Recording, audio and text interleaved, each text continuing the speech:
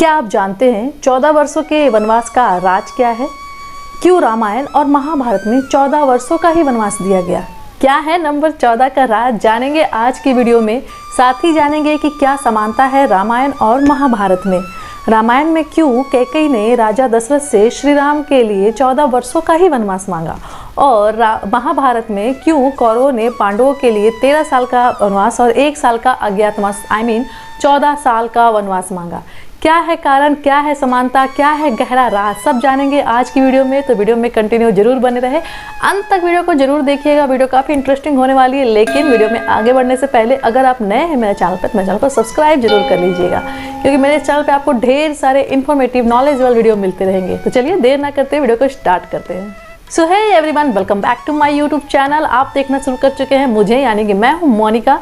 तो अगर आप मेरा चैनल देख रहे हो तो जाहिर सी बात है कि आपको हिंदू रिलीजियस में काफ़ी ज़्यादा इंटरेस्ट होगा। साथ ही आपके दिमाग में एक नॉलेजेबल कीड़ा है, वो रेंगता होगा कि ये ऐसा क्यों नहीं हुआ, ऐसा क्यों नहीं हुआ। क्यों वाला कीड़ा जो है वो रेंगता ही रहता है।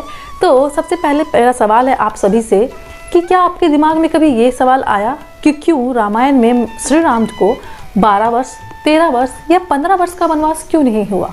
क्यों महाभारत में दुर्योधन ने पांडवों के लिए 14 वर्ष का ही अज्ञातवास क्यों, मतलब कि 13 साल का वनवास और 1 साल का अज्ञातवास ऐसा ही क्यों माना? क्या थी उस समय की परंपरा?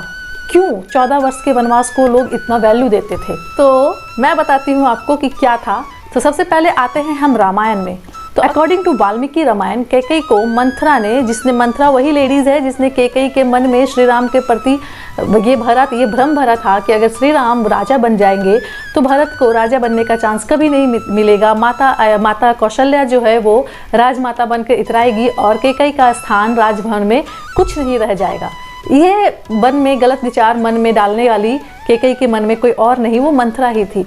तो मंथरा ने कैकेयी को इससे बचने के लिए सुझाव दिया कि तो आप राजा दशरथ से श्री राम के लिए 14 वर्षों का वनवास मांग लो, और कैकेयी ने वैसे ही किया। राजा दशरथ काफ़ी नाक रगड़ते रहे, काफ़ी क्षमा याचना, मतलब उसे काफ़ी अनुरोध करते रहे कि चाहे तो तुम भरत को राजा बना दो, लेकिन श्री राम को 14 वर्षों का वनवास के लिए ना कहो। मैं श्री राम को राजा नहीं बनाऊंगा, मैं भरत को ही राजा बनाऊंगा, लेकिन वनवास की बात तुम ना करो। फिर भी कैकेयी नहीं मानी। तो क्या था उस समय का बात? तो यहाँ पे 2 तर्क आते हैं। पहली बात तो ये है कि राजा दशरथ ने गुरु वशिष्ठ के साथ श्री राम को राजा बनाने की बात जो है वो तय की थी। तो उन्होंने ये डिसीजन जो लिया था वो 14 दिनों में लिया था, और यही 14 दिन कैकेयी को 14 वर्ष के समान लग रहे थे। इसीलिए उसने श्री राम जी से 14 वर्षों का वनवास मांगा। लेकिन यहाँ पे एक और कन्फ्यूजन है थोड़ा सा कि राजा दशरथ गुरु वशिष्ठ से 14 दिनों में ये डिसीजन लिए थे या फिर कैकेयी को 14 दिनों के बाद पता चला था। इसलिए व्हाटएवर जो भी रीजन हो, लेकिन ये 14 दिन कैकेयी के लिए 14 वर्ष के समान थे। इसलिए कैकेयी चाहती थी कि श्री राम को 14 वर्ष का वनवास मिले। आप कमेंट करके बताइएगा कि क्या ये बात सही है। और अब यहाँ पे जो दूसरा तर्क आता है वही समानता है रामायण और महाभारत में, वही लिंक करती है रामायण और महाभारत को।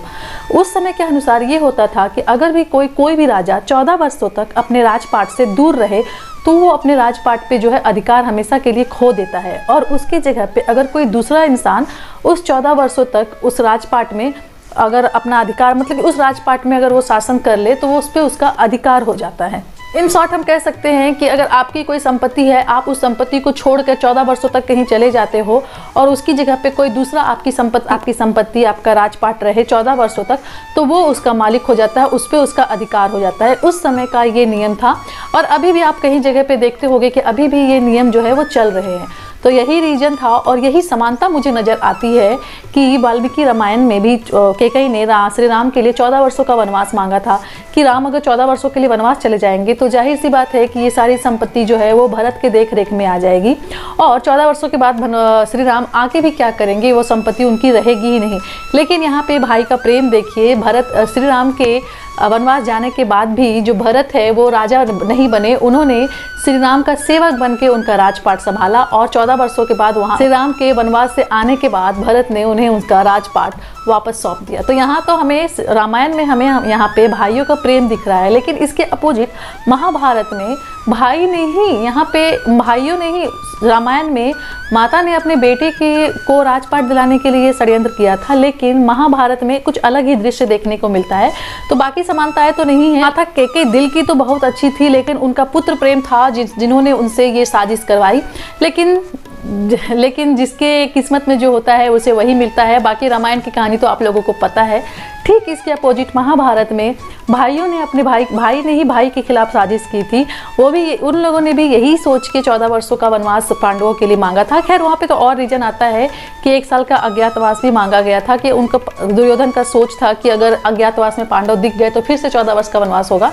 तो यहाँ पे लॉजिक काम नहीं आता है। बट एक थ्योरी ये भी बनती है, मेरी थ्योरी, अगर आप इससे सहमत है तो मुझे कमेंट करके जरूर बताइएगा। अगर असहमत है तो भी मुझे कमेंट करके जरूर बताइएगा। मैं आपके फीडबैक का मोस्ट वेलकम करती हूँ।